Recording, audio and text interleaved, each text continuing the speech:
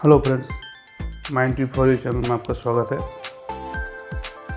अभी हम लोग वेंटिलेशन से रिलेटेड जो CMR फुल माइंस रेगुलेशन 2017 में दिए गए रेगुलेशन के बारे में डिस्कशन करेंगे और साथ ही आने वाले वीडियोस में वेंटिलेशन से माइंड वेंटिलेशन से जुड़े हुए और भी महत्वपूर्ण टॉपिक के ऊपर डिस्कशन होगा एवं first class second class DGMS exams में पूछे जाने वाले वेंटिलेशन रिलेटेड मैथ्स जैसे कि natural ventilation, fan ventilation, distribution of air flow through mines एवं माइन क्लाइमेट, माइन गैसेस, इन सब चीज़ों का ऊपर डिस्कशन करेंगे आने वाले वीडियोस में। इसलिए बने रहिए हमारे साथ। वीडियो को लाइक कीजिए, बेल आइकन प्रेस कीजिए, चैनल को सब्सक्राइब कीजिए। गेट 2025 में जो फरवरी महीना में होने वाली है एग्ज़ाम, फरवरी 2025 में होने वाली है, उसमें माइनिंग के ग्रेजुएट जो लोग उस एग्ज़ाम में पार्टिसिपेट करने वाले हैं उन लोग के लिए भी ये वेंटिलेशन से रिलेटेड टॉपिक्स जो है बहुत फ़ायदेमंद रहेंगे। साथ ही मैथ्स जो भी हम आने वाले वीडियोस में बताएंगे वो फर्स्ट क्लास, सेकंड क्लास एवं गेट तीनों एग्ज़ाम्स के लिए उतना ही महत्वपूर्ण है। तो वीडियो स्टार्ट करते हैं। आज हम लोग रेगुलेशन नंबर 153 से स्टार्ट करेंगे। रेगुलेशन नंबर 153 CMR 2017 में बताया गया है स्टैंडर्ड ऑफ वेंटिलेशन के बारे में कि क्या स्टैंडर्ड रहेगा वेंटिलेशन का अपने खदान में।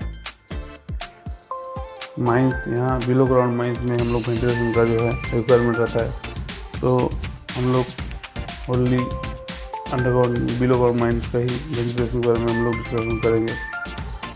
It shall be the duty of the owner, agent, manager और मैनेजर, ओनर या एजेंट और मैनेजर का या फिर मैनेजर का जो है ड्यूटी है of every mine to take such steps as are necessary to constantly provide in all parts of mine below ground which are not sealed up. जो सील्ड अप नहीं है वैसा जगह छोड़ के हर एक जगह पर कॉन्स्टेंटली प्रोवाइड करना। क्या प्रोवाइड करना है? एडिक्वेट वेंटिलेशन, पर्याप्त मात्रा में जो वेंटिलेशन प्रोवाइड करना है। किस लिए प्रोवाइड करना है? तो यहाँ पॉइंट्स जो बहुत ही महत्वपूर्ण है। MCQ टाइप का एग्ज़ाम्स आज के दौर पे जो है लिए जा रहे हैं। हर एक वर्ड का जो है महत्वपूर्ण है, महत्व जो है बढ़ चुका है। तो टू क्लियर अवे स्मोक को क्लियर करने के लिए स्मोक जनरेट कैसे हो रहा? मशीन चल रही है, आदमी रेस्पिरेशंस ले रहे हैं, डस्ट उड़ रहा है, CO2 प्रोड्यूस हो रहा है due to burning of safety lamps and other any, जैसे अगर डीजल लोकोमोटिव यूज़ हो रहा है उसमें, तो ये सारा चीज़ जो है स्मोक को तैयार कर रहा है। उसको क्लियर करने के लिए स्टीम एंड डस्ट हीट हो रहा है मशीन, उससे संस्पर्श में जो मॉइस्चर आ रहा है तो स्टीम गर्म जो है स्टीम तैयार हो रहा है। डस्ट जो है तो dilute gases that are inflammable. अब ये सब साथ में इनफ्लेमेबल गैसेस जैसे कि CH4 जो कि ज़्यादा मात्रा में पाया जाता है डिग्री 3 में, डिग्री 2 में भी पर्याप्त मात्रा में पाया जाता है इन सम केसेस। तो ये इनफ्लेमेबल गैस को डाइल्यूट करने के लिए what is the meaning of dilute? तो हमारा गैस का जो परसेंटेज है, नाइट्रोजन है, ऑक्सीजन है, CO2 है, ये मेजर में नाइट्रोजन 79.04, 20.93 ऑक्सीजन एंड 0.03% या उस टाइप का उतना, और बाकी जो है इनर्ट गैसेस रहता है, आर्गोन, न्यूट्रॉन, रेडॉन, ये सब। तो ये जो गैसेस है रहता है, इसके बाद अगर मान लीजिए हमारा माइंस में CH4 का इमिशन होता है, तो CH4 इमिशन इसलिए होता है कि CH4 जो है हमारा माइंस में जो कोयला है पाया जाता है, कोयला का अंदर में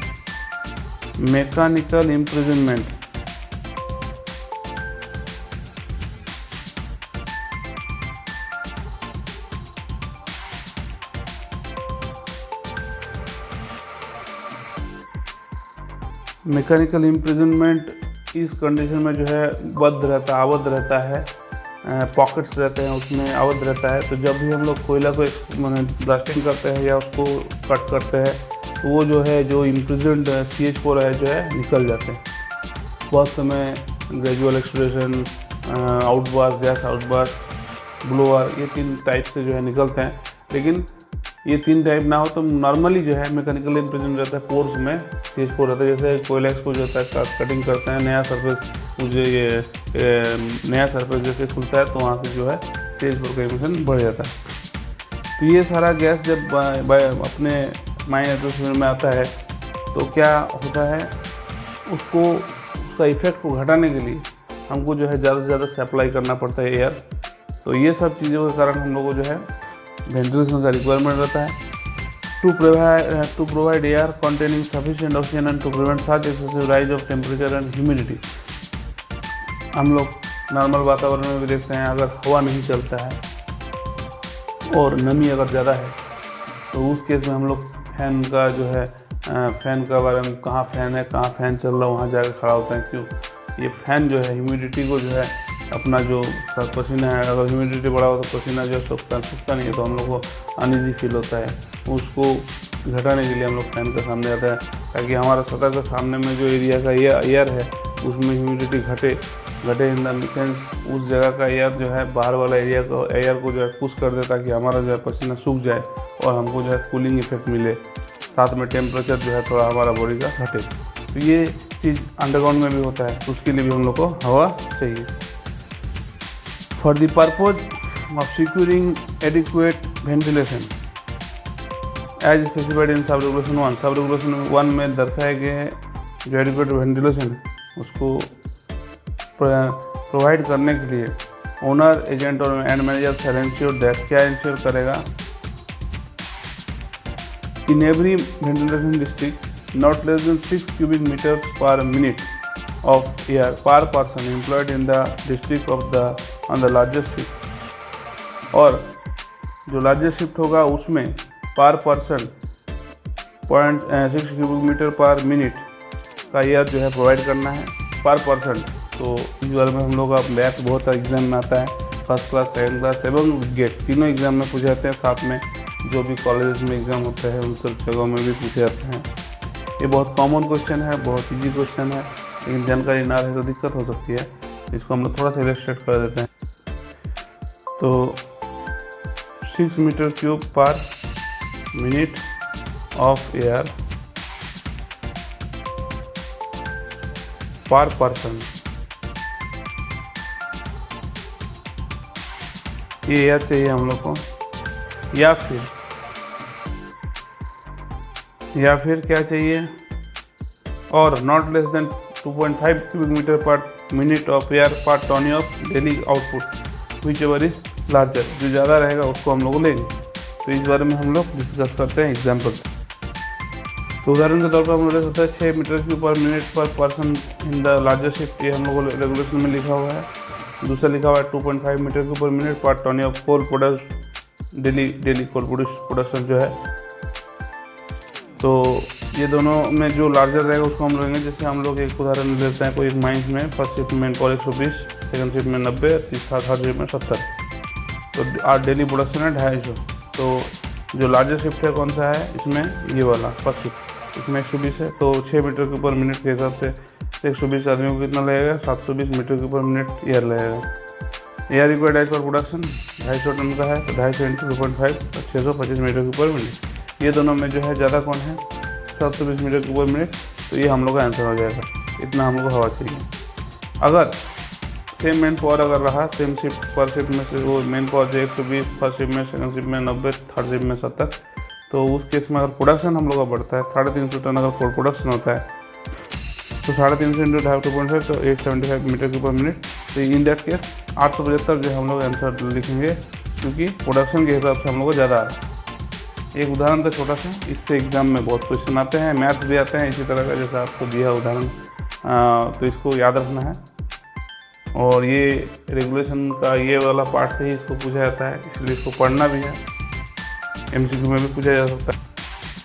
अब जो एयर का बात किए, जो भी आएगा आंसर, तो वो कहाँ चाहिए, passes along the last ventilation, ये एक बहुत इंपॉर्टेंट है, last ventilation connection in the district, ठीक है।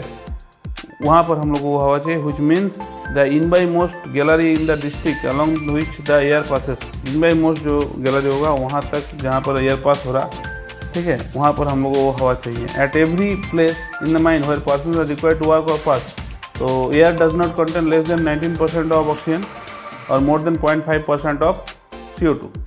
0.5% CO2 से ज़्यादा नहीं होगा, ये अपना परमिसिबल लिमिट हो गया एज पर रेगुलेशन। CO2 का परमिसिबल लिमिट हो गया 0.5% पर 5.5%, और ये ऑक्सीजन का जो है लिमिटिंग वैल्यू हो गया, जिसके नीचे आदमी कोई काम या वर्क नहीं करेगा या वहाँ से पास नहीं होगा, वह है 19%। तो 19% हो गया अपना का परमिसिबल लिमिट, मिनिमम परमिशन।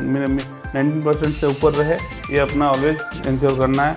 19% से नीचे हो तो हमको वहाँ आदमी को काम में नहीं लगाना है और ना वहाँ से गुजरने देना है। और any noxious gas in quantity likely to affect the health of any person. In the percent of inflammable gas, जो इन्फ्लेमेबल गैस है जो कि मेनली CH4 रहता है, CH4 मीथेन रहता है, साथ में और भी इथेन, इथिलीन, ये सब गैस भी रहता है, तो हम लोग चीफली इसको CH4 ही मानते हैं। तो जो इन्फ्लेमेबल गैस होगा डज नॉट एक्सीड, परसेंटेज रहेगा उसका जो है डज नॉट एक्सीड 0.75% से ज़्यादा नहीं होना चाहिए in general body of return air of any ventilation district. किसी भी वेंटिलेशन डिस्ट्रिक्ट का रिटर्न एयर में 0.75% से ज़्यादा नहीं होना चाहिए, और and 1.25 in any place in the mine, mines में कहीं पर भी 1.25 से ज़्यादा नहीं होना चाहिए। रिटर्न एयर में जनरल बॉडी रिटर्न एयर में 0.75% से ज़्यादा नहीं होना चाहिए, और कोई भी प्लेस में 1.25% से ज़्यादा नहीं होना चाहिए। इसमें बहुत सारा जो है कन्फ्यूजन रहता है।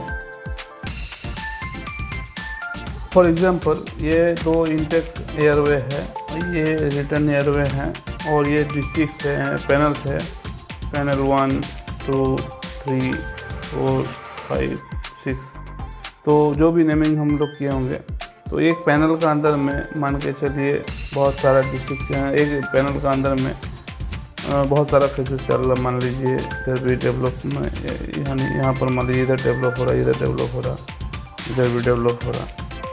तो जैसे ये डेवलपमेंट जब चल रहा है तो प्रत्येक फेज से हवा गुजर रहा, आगे गुजर रहा, तो हम लोग यहाँ फेज में अगर चेक करेंगे तो 1.75 से 1.25 से ज़्यादा कोई भी कीमत नहीं होना चाहिए।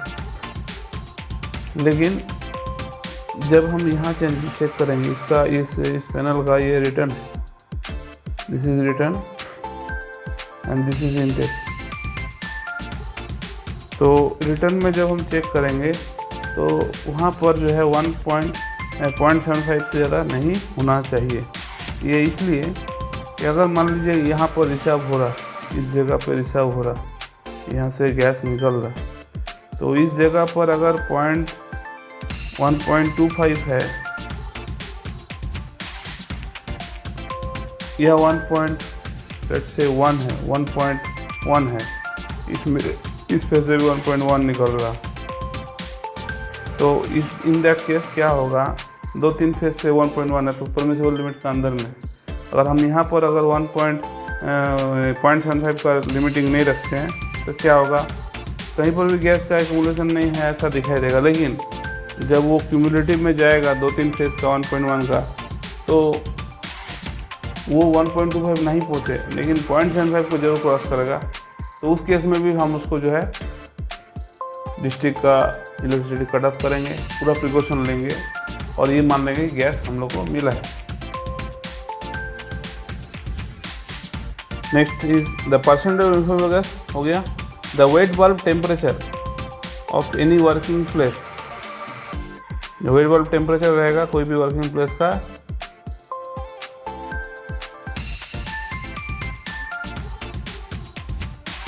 does not exceed 33.5 degree centigrade.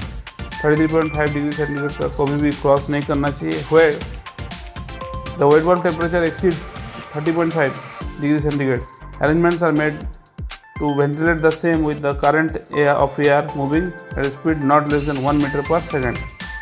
तो यहाँ भी बहुत कंफ्यूज करता है स्टूडेंट्स को एग्जामिनर। तो पहला तो बात यह है 33.5 को कभी भी एक्सीड नहीं करेगा एट एनी कॉस्ट। 33.5 से ज़्यादा वेट वाल्व टेम्परेचर नहीं होगा माइंस में काम जहाँ हो रहा।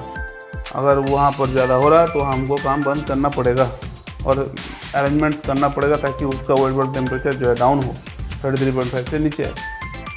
अब ये अरेंजमेंट जो है हम 33.5 का बात करेंगे वैसा नहीं, इसीलिए रेगुलेशन क्या किया, एक क्लॉज इसमें डाला है कि जब ये हम लोग का जो वेट वाल्व टेम्परेचर 30.5 को क्रॉस कर रहा तो जो आपका एग्जिस्टिंग वेंटिलेशन सिस्टम है वो इसका मतलब काम नहीं कर रहा, तो उसमें क्या करना है, हम लोग को एक्स्ट्रा एयर का व्यवस्था कर देना है, एक्स्ट्रा अरेंजमेंट्स करना है to ventilate the same with the current of air moving at a speed of not less than 1 meter per second. तो 1 मीटर पर सेकंड का रफ्तार से कम ना हो, उससे ज़्यादा का 1 मीटर पर सेकंड मिनिमम जो है रिक्वायर्ड एयर है, एयर स्पीड है रिक्वायर्ड है वहाँ पर। इसलिए क्योंकि वो 30.5 को एक्सीड किया है, उसको नीचे लाने के लिए वेट वाल्व टेम्परेचर को 30.5 से नीचे लाने के लिए हमको मिनिमम जो रिक्वायर्ड है speed of velocity of air required है वो है 1 मीटर पर सेकंड। उस हवा से उस स्पीड से हम अगर एयर करंट वहाँ प्रोवाइड करेंगे तो क्या होगा, अपना जो वेट वाल्व टेम्परेचर है वो डाउन होगा, 30.5 से नीचे आएगा। ये हमारा प्राइम वहाँ कर्तव्य है। अब यहाँ एग्जामिनर जो है स्टूडेंट्स को कंफ्यूज करने के लिए MCQs में लिख देता है 60 मीटर पर मिनट। तो 1 meter per second equal to 60 meter per minute, क्योंकि 1 मीटर पर सेकंड को हम लोग जब मिनट में कन्वर्ट करेंगे तो इसको हम लोग 60 से गुना करना पड़ेगा, तो आ जाएगा 60 मीटर पर मिनट। यहाँ एक कन्फ्यूजन तैयार होता है। और लिमिटिंग जो है कभी 32.5 बता देगा कि 32.5 से ज़्यादा एक्सीड नहीं होना चाहिए, कभी बताएगा 31.5। तो याद रखना 30.5 से ज़्यादा होगा तभी हमको 1 मीटर पर सेकंड का जो है रफ्तार वाला स्पीड वाला एयर का प्रोवाइड करना है, एयर करंट। और 33.5 से ज़्यादा कभी भी नहीं होगा at any cost. For ensuring compliance with the provisions of the clauses B, C and D of this regulation, air samples and temperature readings shall be taken at least once in every 30 days। 30 दिन में जो है air sample लिया जाएगा, the result temperature reading भी लिया जाएगा and the result shall be recorded in bound page book kept for the purpose. उस पर्पज़ के लिए रखा गया कागज़ में बाधित पे इसमें एक बुक में बाउंड पेज बुक में उसको रिकॉर्ड मेंटेन करना है। Provided that at any place, a mine or part where special conditions exist, the chief inspector may, by an order in writing, subject to such conditions as he may specify therein, approve a ventilation scheme in variance with the aforesaid provisions. In every mine, ventilation as specified in subsection 2 shall be provided by a suitable mechanical ventilator. तो suitable mechanical ventilator जो है provide करना है। If with respect to any mine or part thereof, the regional inspector is of the opinion that the ventilation is not adequate नहीं है, he may by an order in writing require the installation and maintenance of such mechanical ventilator as capable of producing adequate ventilation in the mine or part. Thank you.